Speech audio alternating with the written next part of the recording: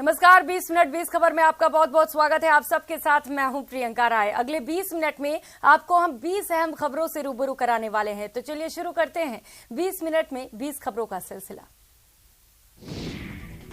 पूरे विश्व में शांति के लिए प्रार्थना और कोरोना से मुक्ति के लिए ईसा मसीह के समक्ष प्रेयर, ताकि वैश्विक महामारी खत्म हो, दुनिया में अमन चैन कायम रहे। तस्वीरें मैक्लोडगंज के विश्वविख्यात सेंट जॉन चर्च की है। यहाँ न सिर्फ ईसाई बल्कि तमाम धर्म से ताल्लुक रखने वाले लोग पहुँचते हैं। बहुत ही अच्छा लग रहा है। जैसा कि आप देख रहे हैं, अभी हम चर्च आए हुए हैं। सो यहाँ पे सब लोग प्यार से मिलजुल के क्रिसमस मना रहे हैं। घूमने के लिए तो आई है, बट ये भी दिखाता है कि हमारी कंट्री में लोग सभी धर्म को अप्रिशिएट करते हैं। लोगों में बहुत उत्साह का माहौल है। लोग क्रिसमस की पूर्व संध्या पर यहाँ जमा हुए हैं।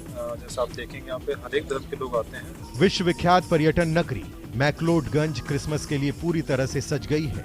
क्रिसमस के लिए पर्यटन नगरी मैक्लोडगंज के होटल दुल्हन की तरह सज गए हैं। होटलों में क्रिसमस सेलिब्रेशन को लेकर तरह तरह के इंतजाम किए गए हैं। इतना ही नहीं, सैलानियों को क्रिसमस और न्यू ईयर पर लुभाने के लिए बेहतर पैकेज भी दे रहे हैं। स्वर्ण नगरी जैसलमेर में इन दिनों सैलानियों की बहार है। धोरों में धूम देखने को मिल रही है। क्रिसमस पर शहर की होटलों में खासा धमाल रहा। बाहर से आए सैलानी क्रिसमस पर खूब झूमे। क्रिसमस को लेकर शहर के पर्यटन व्यवसायियों ने खास इंतजाम किए थे। होटल रेस्टोरेंट को आकर्षक रूप से सजाया गया था। शहर की छटा विदेशी शहर से कम नहीं नजर आई। शनिवार शाम लगभग हर होटल में तरह तरह के आयोजन हुए। क्रिसमस के जश्न की शुरुआत जिंगल बेल के गायन के साथ हुई। बच्चों ने अपने म्यूजिक टीचर के साथ इतना अच्छा गाया कि हर कोई उनके अंदाज पर फिदा रह गया। कई सैलानी सेंटा बन बच्चों को गिफ्ट बांटते भी नजर आए। 25 दिसंबर क्रिसमस सेलिब्रेशन का दिन। इस दिन प्रभु यीशु का जन्म हुआ। इस दिन गिरजाघरों में पूरी रात प्रार्थना, सांस्कृतिक और धार्मिक कार्यक्रम आयोजित किए जाते हैं। क्रिसमस की रात को गिरजाघरों की खूबसूरती देखने लायक रहती है। भारत में भी कई ऐसे खूबसूरत और मशहूर चर्च हैं जिन्हें देखने के लिए लोग देशी नहीं बल्कि विदेशों से भी यहाँ आते हैं। केरल के कोच्चि का सांता क्रूज बेसिलिका चर्च की गिनती भी ऐसे ही चर्चों में होती है। इस चर्च को भी पुर्तगालियों ने बनाया था। ये भारत के प्रथम चर्च में से एक है। ये शहर की उन इमारतों में से एक है जो गॉथिक प्रभाव को प्रदर्शित करती है। ये उन बचाई गई इमारतों में से एक थी जिसे उस समय नष्ट होने से बचाया गया था जब डच आक्रमणकारी कैथोलिक इमारतों को नष्ट कर रहे थे। इस चर्च में भित्ति चित्र और कैनवास पेंटिंग है जो ईसा मसीह के जन्म और मृत्यु की कहानी को बताते हैं।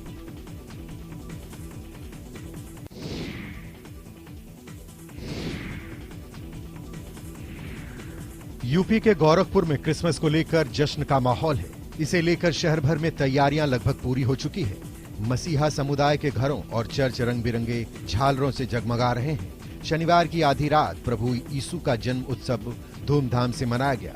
Saint Joseph Church Civil Lines में मां मरियम का चर्च आकर्षक रूप से सजाया गया है। सामने चरनी का निर्माण किया गया है। इसके पीछे गौशाला है जहां पशुओं के साथ चरवाहे हैं। स्वर्गदूत एंजल की भी तस्वीर बनाई गई है। साथ ही स्वर्गदूतों के बीच में बाल रूप प्रभु ईसा मसीह की झांकी एक टोकरी में रखी गई है। इसके साथ ही प्रभु यीशु के जन्म उत्सव का जगह जगह चर्चों में मंचन भी चल रहा है। उनका ये जन्म जो है वो कई 100 वर्ष, कई हजार वर्ष पूर्व भविष्यवक्ताओं द्वारा इस बात की भविष्यवाणी की गई थी कि मनुष्य जाति को बचाने के लिए परमेश्वर प्रभु यीशु मसीह के रूप में अवतार लेंगे ताकि हमारे पापों के दंड स्वरूप वो अपने प्राण को क्रूस पे दिए और हमारा संबंध जो परमेश्वर से हमारे पापों के कारण टूट चुका है वो पुनः स्थापित हो जाए।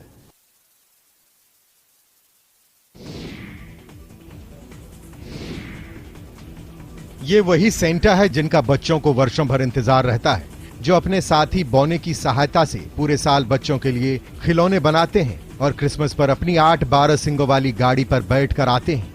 अपनी झोली से गिफ्ट निकालकर बच्चों को बांटते हैं। रेत पर बनाई जाने वाली कलाकृति के लिए दुनिया भर में चर्चित सुदर्शन पटनायक ने इस बार सेंटा को सजीव कर दिया है। सुदर्शन ने क्रिसमस के मौके पर खास कलाकृति बनाई है।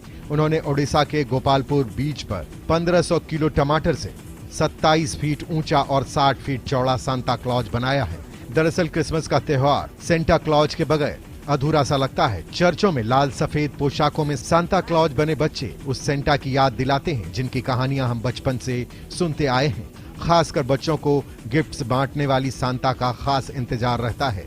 सेंटा चुपके से उनका मनपसंद तोहफा उनके लिए रखकर चला जाता है। सुदर्शन पटनायक रेत पर कलाकृति बनाने के लिए मशहूर हैं।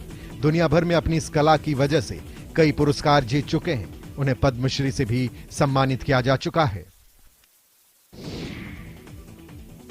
दुनिया भर में क्रिसमस की धूम है। शुक्रवार की रात घड़ी की सुई ने जैसे ही 12 बजाए गिरजाघरों में विशेष पूजा प्रार्थना शुरू हो गई। तस्वीरें हिमाचल के ऊना की हैं। यहाँ के सेंट जुआन आश्रम चर्च की सजावट देखते ही बनती। इसे रंग बिरंगी लाइटों और फूलों से सजाया गया है। इस मौके पर बड़ी तादाद में लोगों ने प्रभु यीशु को याद किया।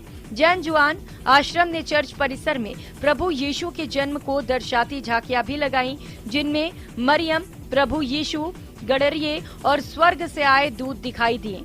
वहीं चर्च में रात भर पूजा प्रार्थना के साथ ही प्रभु यीशु की जन्म जीवन गाथाओं का वर्णन किया गया। वहीं इस दौरान विभिन्न धर्मों के लोगों ने चर्च में अपनी उपस्थिति दर्ज कराई और एक दूसरे को क्रिसमस की बधाई भी दी। इस अवसर पर फादर ने सभी को रोशनी के इस पर्व की हार्दिक शुभकामनाएं दी।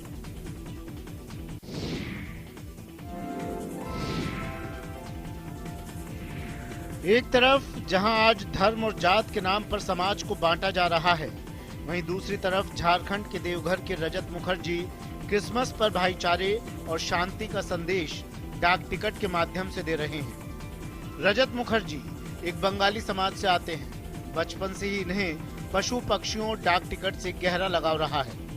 ऐसे में इनके पास 1 लाख से ज्यादा डाक टिकट का संग्रह है। रजत मुखर्जी क्रिसमस को लेकर डाक टिकट के जरिए प्रभु यीशु की जीवनी को दर्शाते हुए लोगों को भाईचारे का संदेश दे रहे हैं। रजत पिछले 30 सालों से काम कर रहे हैं। इसके अलावा पशु पक्षियों से भी इनका गहरा लगाव है।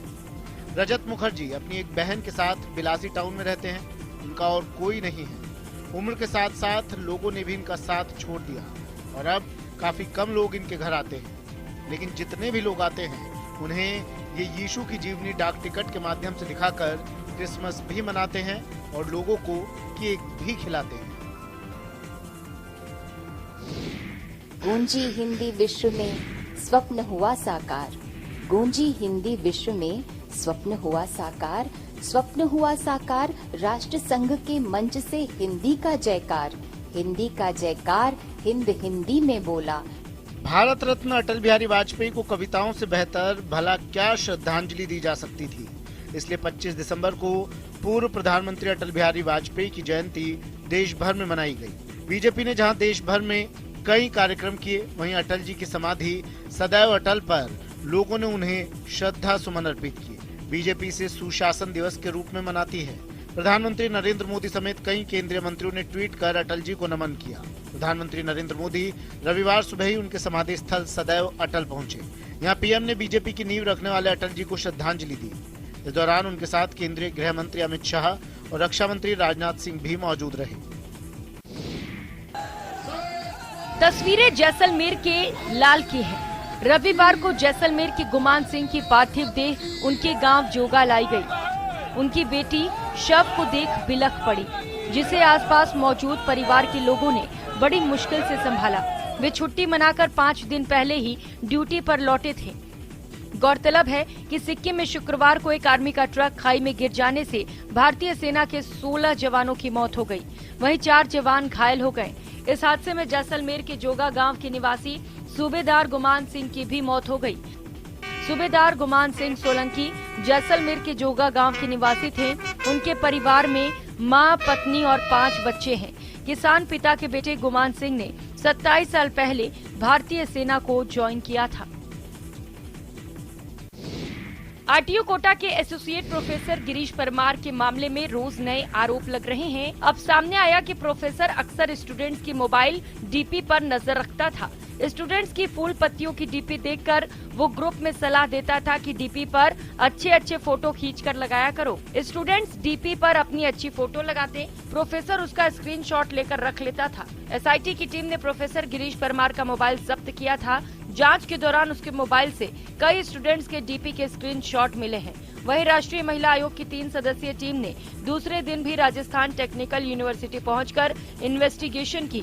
सूत्रों से मिली जानकारी के अनुसार स्टूडेंट्स ने राष्ट्रीय महिला आयोग की टीम को खुलकर बातें बताई हैं। ऐसी ही एक पीड़िता ने न्यूज 18 पर प्रोफेसर की करतूतों की कुंडली खोली। उनके महंगे महंगे शौक पूरे करवाने, उनके ब्रांडेड चीज़ें उनको दिलवाना, महंगे महंगे गिफ्ट्स खरीद के लाके देना। अर्पित ने मुझसे ये भी कहा कि ना क्या नाम से जो सीनियर्स थी उनको सर महंगे महंगे गिफ्ट्स देते थे, लाइक 25-25 हज़ार की उनको वॉच गिफ्ट करते थे। तो उसने कहा इनडायरेक्टली मुझे कि तू भी इस तरह से राज करने वाली है, अगर तू हाँ करती है तो तेरे को। जरा सोचिए, आपकी बाड़ी में तेंदुआ घुस जाए और पेड़ पर चढ़ जाए तो आप भला क्या करेंगे। ऐसा ही कुछ देखने को मिला छत्तीसगढ़ के धमतरी शहर में, जहां बलियारा गांव में तेंदुआ घुसने से दहशत फैल गई। एक तेंदुआ तो गांव में करीब 25 फीट ऊंचे बबूल के पेड़ पर चढ़ गया। ग्रामीणों ने इसकी सूचना वन विभाग को दी। टीम मौके पर पहुंची। वन विभाग की टीम ने तेंदुए को पेड़ से नीचे उतारने की कोशिश की, लेकिन लोगों की भीड़ देखकर तेंदुआ पेड़ से टस से मस नहीं हुआ। आधी रात बीत गई, लेकिन असफलता ही हाथ लगी। लोगों ने पेड़ पर चढ़े तेंदुए का वीडियो भी बनाया। इस बीच ग्राम पंचायत और वन विभाग की तरफ से मुनादी करवाई गई। लोगों को अपने घरों के दरवाजे बंद रखने की सलाह दी गई। वहीं तेंदुए के रेस्क्यू के लिए वन विभाग ने पिंजरे की व्यवस्था भी कर ली, लेकिन तेंदुए ने पेड़ से उतरने का नाम ही नहीं लिया। वहीं वन अमले ने भरोसा जताया कि माहौल शांत और सुनसान होने के बाद तेंदुआ अपने आप जंगल में चला जाएगा। सिवनी के पेंच टाइगर रिजर्व में हाथियों के कुनबे में इजाफा हुआ है। दरअसल कर्नाटक के 5 और हाथियों के दल को पेंच टाइगर रिजर्व लाया गया है। इन हाथियों को पेंच अभ्यारण्य क्षेत्र में रखा जाएगा। इनके आने के बाद रिजर्व में हाथियों की संख्या 10 हो गई है। आपको बता दें, एक हाथी सरस्वती के रिटायर होने के बाद यहाँ 4 हाथियों से ही काम लिया जा रहा था। अब इन नए हाथियों को पहले ट्रेनिंग दी जाएगी और ट्रेनिंग के बाद वन्य जीव सुरक्षा और अन्य गतिविधियों में हाथियों का उपयोग किया जाएगा। दौड़ते भागते गेंडे और ग्रामीणों की चीख पुकार, बेजुबानों के हमले से बचने के लिए गांव वाले थाली बजा रहे हैं। आवाज से घबराकर गेंडे दौड़ रहे हैं। इंसान से बेजुबान और बेजुबान से इंसान दोनों खौफजदा हैं। दोनों खुद को बचाने की कोशिश कर रहे हैं। बताने की जरूरत नहीं कि ऐसी स्थिति में अनहोनी हो जाती है। काजीरंगा नेशनल पार्क और उसके आसपास के इलाकों में इंसानों पर गेंडे के हमले होते रहते हैं। कई घायलों की जान बच जाती है, लेकिन इतना आसान नहीं होता। आपकी टीवी स्क्रीन पर नजर आ रही तस्वीरें असम के मुजाली के एक गांव की है। 2 एक सींग वाले गेंडे काजीरंगा राष्ट्रीय उद्यान से भटक गए और नदी द्वीप के जिले माजुली के एक गांव की ओर आ धमके। राहत की बात यह रही कि लोगों को उन पर नजर पड़ गई। पहले तो स्थानीय ग्रामीणों में दहशत पैदा हो गई, लेकिन समय रहते ही उनकी समझ जग गई और सबने गेंडे को अपने गांव से दूर भगा दिया। प्रेम या अपनापन जब किसी को जोड़ता है तो इंसान क्या बेजुबान भी परिवार का हिस्सा बन जाते हैं। इसी का उदाहरण एमपी के नर्मदापुरम के सक्सेना परिवार में देखने को मिला। जब परिवार की पालतू डॉगी स्ट्रेला दुनिया छोड़कर चली गई तो सक्सेना परिवार पर जैसे दुखों का पहाड़ टूट पड़ा। स्ट्रेला बीते दिन इन्फेक्शन हो जाने के कारण बीमार हो गई थी। परिवार ने पहले नर्मदापुरम में उसका इलाज कराया, लेकिन जब यहाँ बात नहीं बनी तो उसे भोपाल के एक निजी पशु चिकित्सालय में भर्ती कराया, लेकिन यहाँ लाख कोशिश के बाद भी डॉक्टर उसे बचा नहीं सके। इसके बाद परिवार के लोग स्ट्रेला को नर्मदापुरम लेकर आए। यहाँ उन्होंने स्ट्रेला को ऐसे विदा किया जैसे किसी परिजन को विदा किया जाता है। सक्सेना परिवार ने हर्बल पार्क घाट पर नर्मदा किनारे चिता सजाकर नम आंखों से उसे आखिरी विदाई दी। ये विदाई पूरे क्षेत्र में चर्चा का विषय बन गई है। ये अपनी ही मस्ती, अपनी ही रौब-दाब में रहने वाला जंगल का बादशाह है, जिसे किसी से कोई फर्क नहीं पड़ता। उस बॉलीवुड क्वीन से भी नहीं जिस पर उनके लाखों करोड़ों फैंस जान छिड़कते हैं। तस्वीरें मध्य प्रदेश के सतपुड़ा टाइगर रिजर्व की हैं, जहां एक बार फिर एक्ट्रेस रवीना टंडन पहुंची थी। वीडियो में एक टाइगर रवीना के जिप्सी के आगे आगे चलता हुआ दिखाई दे रहा है, तो दूसरा जंगल से निकलते जंगल की सड़क पर बनी पुलिया पार करते हुए। दरअसल सतपुड़ा टाइगर रिजर्व प्रबंधन से नोटिस लेकर नाराज एक्ट्रेस रवीना टंडन दोबारा सतपुड़ा टाइगर रिजर्व पहुंची थी। इस दौरान उनके साथ मध्य प्रदेश के वन मंत्री विजय शाह और उनकी पत्नी भावना सिंह भी थीं। एक्ट्रेस रवीना टंडन ने वन मंत्री विजय शाह को थैंक यू भी कहा और अपने सोशल मीडिया अकाउंट पर लिखा बैक टू STR। बता दें कि animal lover actress Raveena Tandon 4 दिन पहले राजधानी भोपाल में आयोजित वन मेले में शामिल होने के लिए आई थी। 7 दिवसीय वन मेले में एक्ट्रेस रवीना टंडन बतौर मुख्य अतिथि के रूप में शामिल हुई। ये तैयारी साजिश को तार-तार करने की है, नापाक मंसूबों को विध्वस्त करने की है, अमन चैन को कायम रखने की है। तस्वीरें नॉर्थ ईस्ट की हैं। द्विपक्षीय संबंधों को बढ़ावा देने के लिए भारत और कजाकिस्तान की सेनाओं के बीच चल रहा संयुक्त सैन्य अभ्यास काजिंद 22 आखिरी चरण में है। इसका समापन 28 दिसंबर को होगा। इस दौरान भारतीय वायुसेना के Mi-17 हेलीकॉप्टरों ने शनिवार को पूर्वी क्षेत्र में भारतीय और कजाकिस्तान सेना के सैनिकों के साथ हेलीबोर्न ऑपरेशन किए। अभ्यास के 6ठे संस्करण में भारतीय सेना का प्रतिनिधित्व बिहार रेजिमेंट की एक बटालियन कर रही है, जिसमें एक कमांडर के नेतृत्व में कुल 90 जवान शामिल हैं। वहीं कजाकिस्तान सेना का प्रतिनिधित्व एक पूरी कंपनी कर रही है। यह अभ्यास दोनों सेनाओं के बीच एक संयुक्त प्रशिक्षण है, जो भारत और कजाकिस्तान के बीच द्विपक्षीय संबंधों को बढ़ावा देगा।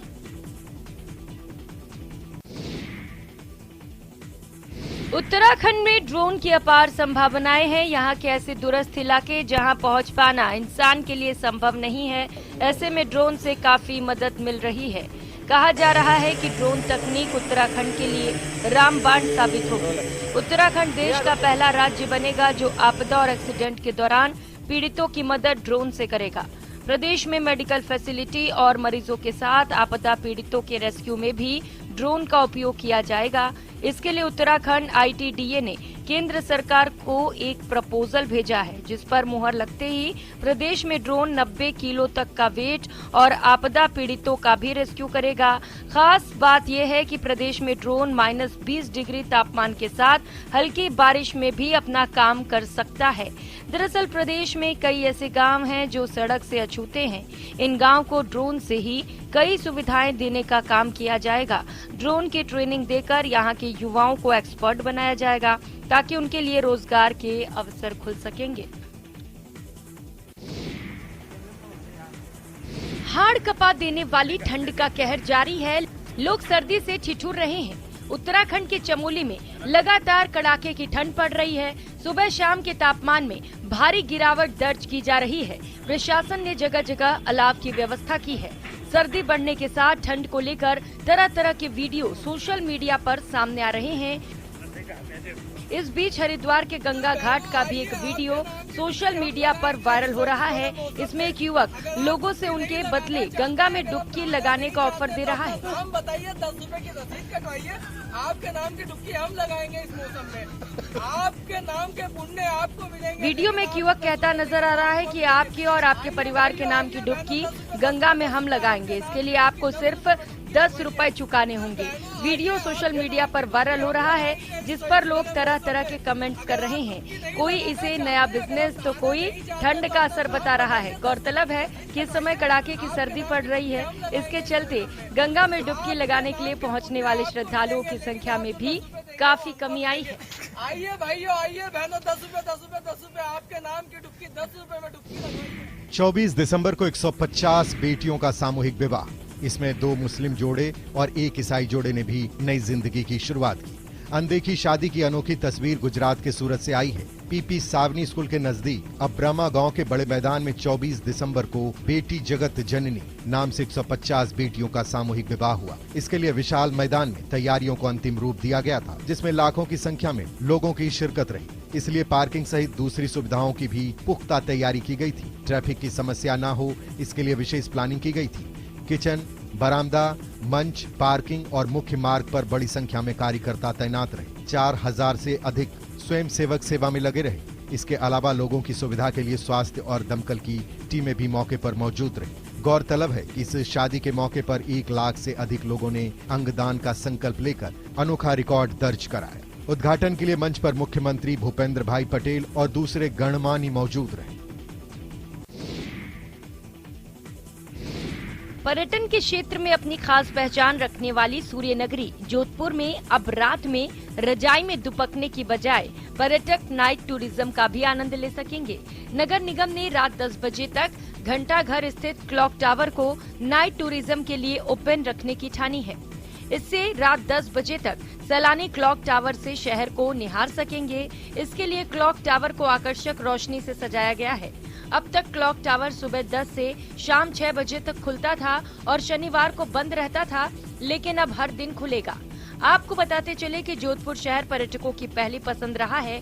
इन दिनों पर्यटक सीजन भी चल रहा है। शहर में काफी संख्या में देसी विदेशी सैलानी आ रहे हैं, इसीलिए शहर में नाइट टूरिज्म को बढ़ावा देने के लिए घंटा घर स्थित क्लॉक टावर के टाइमिंग में परिवर्तन किया गया है।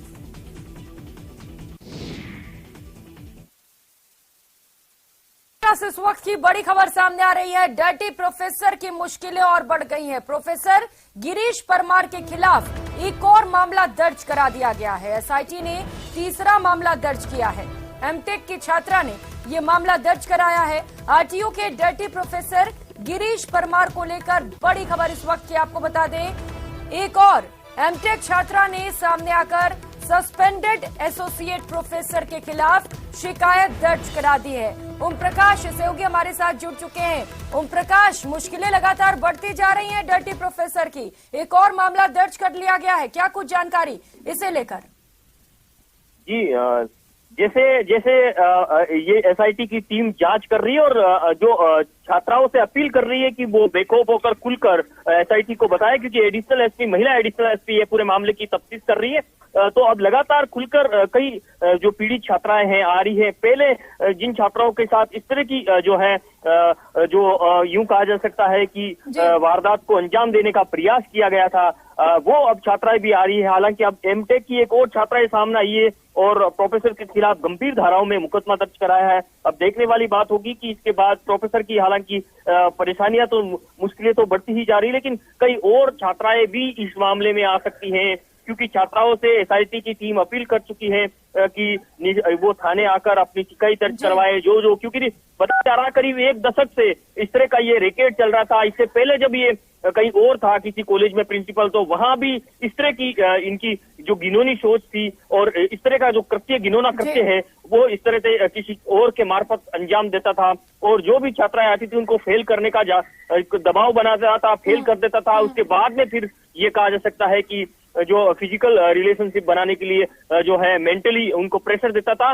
और इस बात को लेकर ही अब लगातार जिन छात्राएं पीड़ित हैं, जिस छात्राओं से इस तरह की डिमांड की गई थी पहले, हालांकि लोक लाज के भय से पहले कई छात्राएं सामने नहीं आ रही थी, लेकिन अब अपील करने के बाद उसका असर साफ तौर पे देखा जा सकता है। और छात्राएं सामने नहीं आ रही थी, लेकिन जैसे जैसे जांच आगे बढ़ रही है, पुलिस द्वारा भी अपील की जा रही है, इसे लेकर और भी छात्राएं सामने आने लग गई हैं और एक और मामला आरोपी प्रोफेसर के खिलाफ अब दर्ज कर लिया गया है। और ओम प्रकाश, ये कहना गलत नहीं होगा कि और भी छात्राएं अभी खुलकर सामने आ सकती हैं और भी कंप्लेंट्स भी लिखाए जा सकते हैं प्रोफेसर के खिलाफ। कई छात्राएं अब सामने आ सकती, क्योंकि एक पीड़ित छात्रा ने मीडिया के सामने, कैमरे के सामने आकर कहा कि कई छात्राएं इनसे पीड़ित हो चुकी है, कई छात्राओं के साथ इन्होंने इसने घिनौने कृत्य को अंजाम दिया था। तो निश्चित रूप से वो छात्राएं भी सामने आएगी और जिन छात्राओं से डिमांड की बड़ी खबर भी सामने आ रही है। दर्शकों को पहले से रूबरू करा देते हैं। कोटा से ये बड़ी खबर सामने आ रही है। अंकों के बदले असमत मांगने का मामला, एक अन्य प्रोफेसर पर गाज गिर सकती है। प्रोफेसर राजीव गुप्ता पर भी गाज गिर सकती है। इस वक्त ये सबसे बड़ी खबर आपको बता रहे हैं। राजीव गुप्ता को अधिष्ठाता पद से ही हटाने की तैयारी है। अगले 1 से 2 दिनों में पद से हटाए जा सकते हैं प्रोफेसर राजीव गुप्ता। संविदा कर्मी द्वारा यौन प्रताड़ना शिकायत के बाद से लगातार प्रोफेसर राजीव गुप्ता भी विवादों में है। एसआईटी जांच के दौरान ही राजीव गुप्ता को उनके पद से हटाया जा सकता है। ओम प्रकाश सहयोगी लगातार हमारे साथ जुड़े हुए हैं। ओम प्रकाश, एक और चेहरा सामने आ रहा है, राजीव गुप्ता, क्या पूरी जानकारी से लेकर? देखिए, जब से ये प्रोफेसर जो गिरीश परमार गिरफ्तार हुआ है उनके बाद में कई और चेहरे, जैसा कि न्यूज 18 राजस्थान ने पहले भी बता दिया था कि कई और चेहरे बेनकाब हो सकते हैं। और इसी को देखते हुए अब एक और महिला संविदा कर्मी जो यहाँ काम करती थी उनको नौकरी से हटा दिया गया था, उनके साथ छेड़छाड़ का प्रयास किया गया था, इस तरह की। और सबसे बड़ी जो अहम बात इसमें यह है कि उसने पुलिस थाने में मामला दर्ज करवाया था, लेकिन पुलिस ने, उनका आरोप है कि लीपापोती की और उसमें एफआईआर लगा दी। अब जब राष्ट्रीय महिला आयोग की टीम पहुंची थी और उसके सामने जब ये लगातार ये संभावनाएं भी जताई जा रही थी कि जिस तरीके से पर्दाफाश हुआ है इस डर्टी पिक्चर का, कई और भी चेहरे सामने आ सकते हैं और कुछ ऐसा ही होता हुआ भी नजर आ रहा है। शुक्रिया ओम प्रकाश आपका इन तमाम जानकारियों के लिए। फिलहाल इतना ही, नमस्कार।